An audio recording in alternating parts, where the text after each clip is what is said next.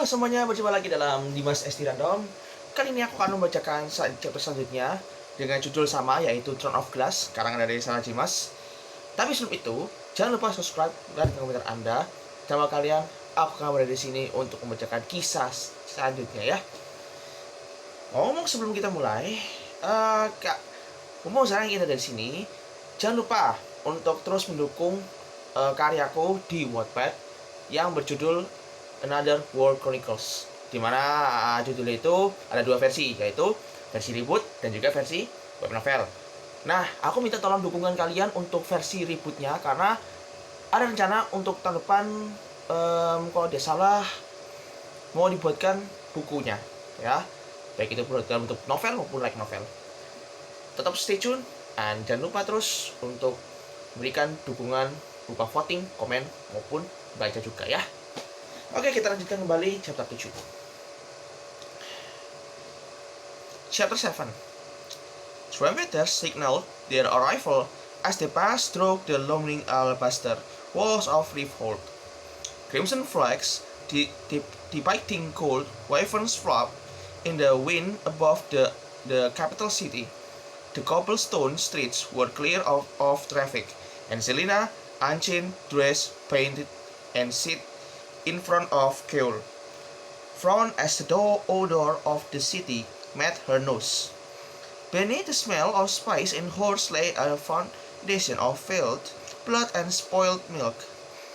The air held the hint of the salty waters of the Every, different from the salt of Endovier. This broke with it warships from every ocean in Erelia, merchant vessels crammed with goods and slaves, and fishing boats with half-rotted, scale-covered flesh that people somehow managed to eat. From bordered petals to servant girls carrying armful of hat boxes. Everyone paused as the flag-bearers trotted proudly ahead, and Dorian Havariat waved. They followed the crown prince, who, like Keul, was swathed in the red cape, pinned over the left breast with a brooch fashioned after the royal seal. The prince wore a golden crown upon his neat hair, and she had to concede that he looked rather regal. Young women flocked to them, waving. Dorian winked and grinned. Celaena couldn't help but notice the sharp stares from the same woman when they beheld her in the prince's retinue.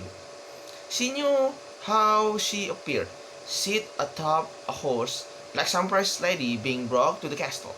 So Celaena only smiled at them, tossed her hair, and pat her eyelash at the prince's back. Her arm stung. "What?" she hissed at the captain of the guard as he pinched her. "You look ridiculous," he said through his teeth, smiling at the crown. She mirrored his expression. "They're ridiculous. Be quiet and act normally." His breath was not hot on her neck. "I should jump from the horse and run," she said, waving at a young man who gaped at what he thought was a court lady's attention. "I'd vanish in an instant." "Yes," he said, "you'd vanish with 3 arrows buried in your spine." Such pleasant talk. They entered the shopping district, where the crowd swelled between the trees lining the broad avenues of white stone. The glass stone fronts were nearly invisible beyond the crowd, but a ravenous sort of hunger arose in her as they passed shop after shop. Each window she displayed dresses and tunics, which stood proudly behind lines of sparkling jewelry, and broad-rimmed hats crammed together like pockets of flowers. Above it all, the glass castle loomed, so high she had to tilt her head back to see the uppermost towers.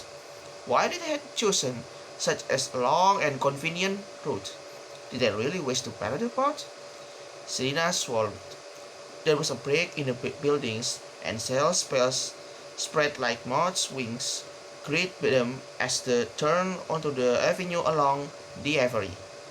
Ships sat docked along the pier, a mess of road and netting with sailors calling to each other, too busy to notice the royal procession. At the sound of whip, her head snapped to the side. Slaves staggered down the gangplank of the merchant ship, a mix of conquered nations bound together. Each of them had the hollow, ragging face she'd seen so many times before. Most of slaves were prisoners of war, rebels who survived the butchering blocks and endless lines of Netherlands armies. Some were probably people who had been caught or accused of trying to practice magic, but the others were just ordinary folk in the wrong place at the same wrong time. Now that she noticed, there were countless chained slaves walking the docks, lifting and sweating, holding parasols and pouring water, eyes on the ground or the sky, never on the what was before them. She wanted to clip from her nose and run to them, or to simply scream that she wasn't part of Prince's court, that she had no hand in bringing them here, chained and starved and beaten, that she had walked and bled with them, with their families and friends. She was not like these monsters that destroy everything, that she had done something nearly 2 years ago when she had freed almost 200 slaves from pirate lord. Even that dog wasn't enough. The city was suddenly separate, ripped from her. People were still waved and bowed, cheering and laughing, throwing flowers and other nonsense before their horses. She had difficulty breathing. Sooner than she would have liked, the iron and glass gate of the castle appeared. Lattice-work doors opened, and a dozen guards flanked the cobblestone path that led through the archway. Spears erect, they held rectangular shields, and their eyes were dark beneath those bronze helmets. Each wore a red cap. Their armor, while tarnished, was well carved from copper and leather. Beyond the archway sloped a road lined with trees of gold and silver. Glass lampposts sprouted up between the edges bordering the path. The sounds of city vanished as they passed under another arch, this one made of sparkling glass, as the castle rose before them. Kel sighting as he dismounted in the open courtyard. Hans pulled Celaena from saddle and set her on wobbly legs. Glass gleamed everywhere, and a hand clamped on her shoulder. Stable boys quickly led her horse away. Kel followed her to his side, keeping a firm grip on her cloak as the crown prince approached. 600 rooms, military and servants' quarter, 3 gardens, a game park, and stables on the either side, said Dorian, staring at his home. Who could ever need so much space? She managed a weak smile, a bit baffled by his sudden charm. I don't know how you can sleep at night with only a wall of glass keeping you from death. She glanced up, but quickly lowered her focus to the ground. She was afraid of heights, but the thought of being so high up with nothing but glass to protect her made her stomach clench. Then you're like me, Dorian chuckled. Thank the gods I gave you rooms in the stone castle. I hate for you to be uncomfortable. Deciding that showing at him would be wisest decision, Celaena looked instead toward the massive castle gates. The doors were made of cloudy red glass, gaping at her like the mouth of a giant, but she could see the interior was made of stone, as it seems to her that the glass castle had been dropped on top of the original building. What a ridiculous idea! A castle made of glass. Well, said Dorian, you fatted up a bit, and your skin has some color now. Welcome to my home, Celaena Sardotian. He nodded at a few passing nobles who scrapped and bowed. The competition begins tomorrow. Captain Westfaal will show you to your chambers. She rolled her shoulders and searched for any sign of her competitors. No one else seems to be arriving though. The prince nodded to another flock of cowing courtiers and didn't look at either assassin or the captain of the guard as he spoke again. "I have to meet with my father," he said, running his gaze along the body of a particular pretty lady. He winked at her, and she hid her face behind a lace fan as she continued her walk. Dorian nodded to Cole. "I'll see you later tonight." Without saying a word to Celaena, he strode up the steps to the palace, his red cape blowing in the wind. The crown prince lived up to his word. Her chambers were in a wing of the stone castle, and much bigger than she anticipated. They consist of the bedroom, with an attached bathing chamber and dressing room, a small dining room, and a music and gaming room. Each room was furnished in gold and crimson. Her bedroom, also decorated with a giant tapestry along one wall, with couches and deep cushioned chairs scattered in a tasteful manner. Her balcony overlooked a fountain in one of the gardens, and whichever it was beautiful. Never mind the guards she spotted post beneath. Carol left her, and Celaena didn't wait to hear the door shut before closing herself in her room. Between her murmurs and appreciation during Carol's brief tour of her rooms, she counted the window. 12. The exit 1. And the guards posed outside her door. Windows and balcony 9. They were each armed with sword, knife, and crossbow, and though they had been alert while their captain passed by, she knew a crossbow wasn't exactly a light weight to bear 4 hours on end. Celaena crept onto her bedroom window, pressing herself against marble wall, and glanced down. Sure enough, the guards had already strapped the crossbow across their backs. It would waste precious seconds to grab the weapon and load it. Seconds when she could take their swords, cut their throats, and vanish into the gardens. She smiled as she stepped fully in front of the window to study the garden. Its far border ended in the trees of Game Park. She knew enough about the castle to know that she was on the southern side. If she went through the Game Park, she reached a stone wall and every river beyond. Celaena opened and closed the door of her armor, dresser, and vanity. Of course, there weren't any weapons, not even a fire poker, but she grabbed the few bone hairpins left in the back of a dresser drawer and some string she found in the mending basket in her giant dressing room. No needles. She knelt on the carpet floor of the dressing room, which was void of clothes, and, one eye on the door behind her, she made quick work of the hairpins, snapping their heads off before binding them all together with the string. When she finished, she held up the object and frowned.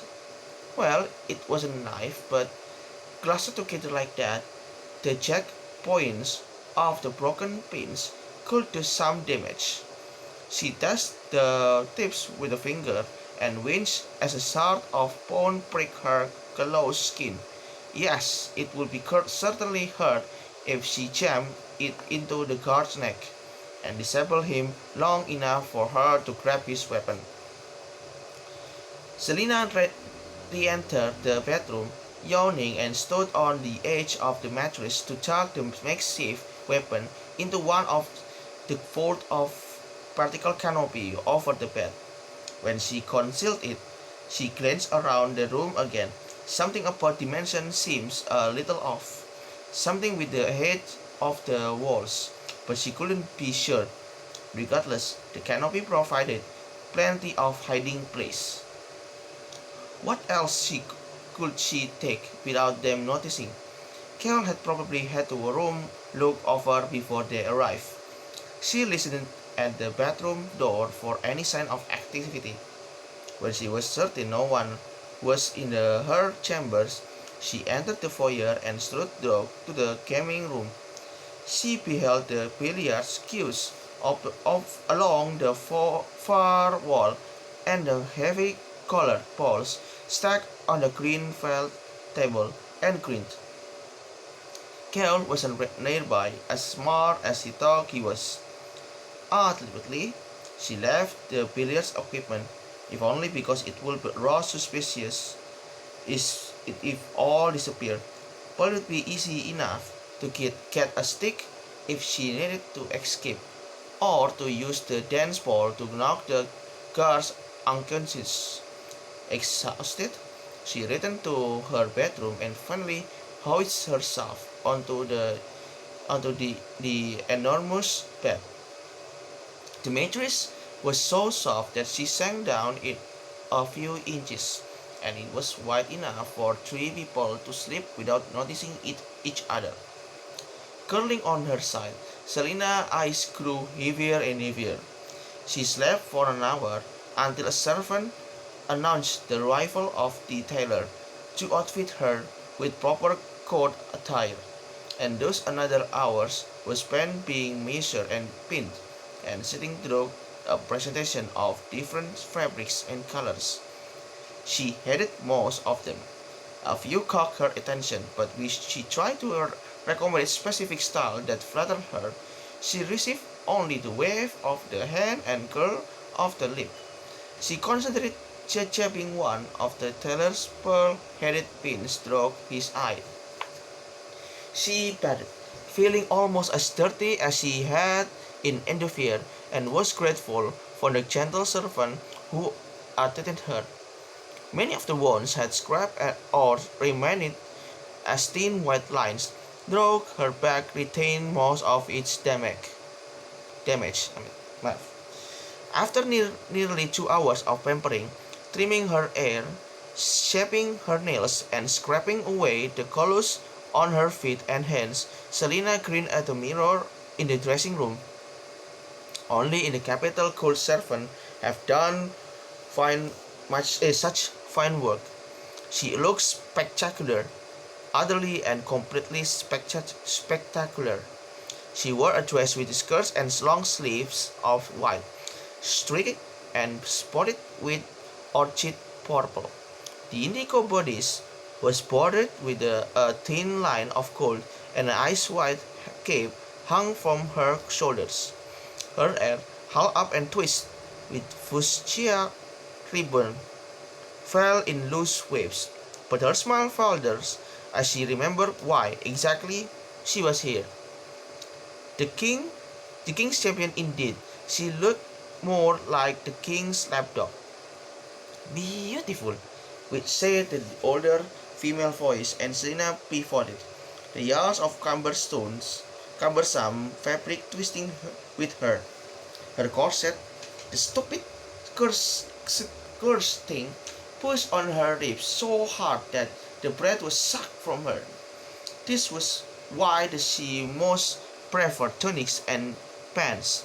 It was a woman, large but well contained within the crown of cobalt and peach that marked her as one of the servants of the royal household. Her face, while a bit wrinkled, was red-cheeked and finely colored. She bowed. "Philippa Spindlehead," said the woman, rising. "Your personal servant. You must be Celaena Sadutian," she said flatly. Philippa's eye widened. Keep that to yourself, miss," she whispered. "I'm the only one who knows, and guards, I suppose." "Then what do people think about all my guards?" she asked. Philippa approached, ignoring Celaena's glower as she judged the fold of assassin cone, fluffing them in the right places. "Oh, the other champions have guards outside their rooms too, or people just leading another lady friend to the prince." "Another?" Philippa smiled, but kept her eyes open the dress. "He has a big heart, His Highness." Celaena wasn't all surprised. "A favorite with women? It's not my place to speak about His Highness, and you should mind your tongue too. I'll do as I please." She surveyed the withered face of her servant. Why send a soft woman to serve her? She'd overpower her with a heartbeat. Then you'll find herself back in those mine's pocket. Philippa put a hand on her hip. Oh, don't scowl. You win your face when you look like that. She reached to pinch Celaena's cheek and Celaena pulled away. Are you mad? I'm an assassin, not some code idiot. Philippa chuckled. You're still a woman, and as long as you're under my charge, you'll act like one, or we'll help me. Celaena blinked and slowly said, You awfully bold. I hope don't like this around court ladies. Ah, there was surely a reason why I was assigned to attend you. You understand what my occupations entails, don't you? No disrespect, but this sort of finery is worth far more than seeing my head roll on the ground. Celaena's upper lip pulled back from her teeth as a servant turned from the room. Don't make me such a face, Philippa called over her shoulders. It squeezes that little nose of yours. Celaena could only gape as the servant woman shuffled away. The Crown Prince of Otherland stared at her father unblinkingly, waiting for him to speak. Sit on his glass throne, the King of Otherland watched him back. Sometimes Dorian forgot how little he looked like his father. It was his younger brother, Colin, who took after the king with his broad frame and his round, sharp-eyed face. But Dorian, tall, thin, and elegant, bore no resemblance to him.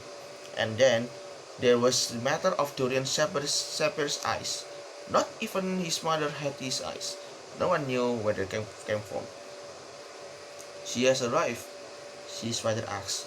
His voice was hard, edged with the clash of shields and the scram of arrows. As far as greetings went, that was probably the kindest one he get. She shouldn't pose any threat or problem while she's here, Dorian said as he calmly could. Picking St. Dorian had been a gamble, a bet against her father's tolerance. He was about to see if it was worth it.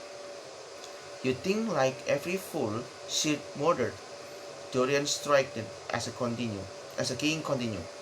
She owes allegiance to no one but herself, and won't back at putting a knife through your heart, which is why she's fully capable of winning this competition of yours. His father said nothing, and Dorian went on, his heart racing. Come think about it, the whole competition might be unnecessary. You said that because you're afraid of losing good coin. If only his father knew that he hadn't just ventured to find a champion to win gold, but also to get away from him for as long as he could manage. Dorian still hurt his nerve, remembering the wars had been brooding over the entire journey from Endovier. I guaranteed she'd be able to fulfill her duties. We truly don't need to train her. I've told you already, it's foolish to have this competition at all. If you don't mind your tongue, I'll have her use you for practice. And then what? Have Colin take the throne? Do not doubt me, Dorian, his father challenged. You might think this girl can win, but you forget that Duke Barrington is sponsoring Kane. You would have been better off picking a champion like him, forged in blood and iron on the battlefield. A true champion. Dorian stuffed his hand in his pockets. Don't you find the title a little ridiculous, given that our champions are no more than criminals? His father rose from his throne and pointed at the map painted on the far wall of his council chamber. I am the conqueror of his continent and soon to be ruler of all Aurelia. You will not question me. Dorian, realizing how close he was crossing a boundary between impertinence and rebellion, a boundary that he'd been very, very careful to maintain, mumbled his apologies. We're at war with Wendling, his father went on. I have enemies all around. Who'd better do my work than someone utterly grateful for being granted not only the second chance, but also wealth and the power of my name? The king smiled when Dorian didn't reply. Dorian tried not to flinch as his father studied him. Paddington tells me that you behave yourself well on this trip. With Paddington as a watchdog, I could do otherwise. I will not have some peasant woman banging on the gate, wailing that you've broken her heart. Dorian's face colored, but he did not drop his father's stare. I've toiled too hard as long as to establish my empire. We will not complicate it with the legitimate heirs. Marry a proper woman and then dally as you will after you give me a grandson or two. When you are king, you will understand consequence. When I'm king, I will declare control over the recent drop 10 chains of inheritance. Cale had warned him to watch his mouth when he spoke to his father. When he spoke to him like that, as if he were a pampered idiot. Even if you offered them self-rule, those rebels would mount your head on a pike before the gates of Orange. Perhaps alongside all my illegitimate heirs, if I'm so fortunate. The king gave him his poisonous smile. My silver-tongued son. They watched each other in silence before Dorian spoke again. Perhaps you should consider our difficulty in getting past dwindling naval defense to be sign that you should stop playing at being a god. Playing? The king smiled, his crooked teeth glowing yellow in the firelight. I'm not playing, and this is not a game. Dorian's shoulders stiffened. Doxy made low pleasant, still will a witch. You are to keep your distance, understood? Who? The assassin? She's dangerous, boy. Even sponsoring her, she wants one thing and one thing only. Don't think she won't use you.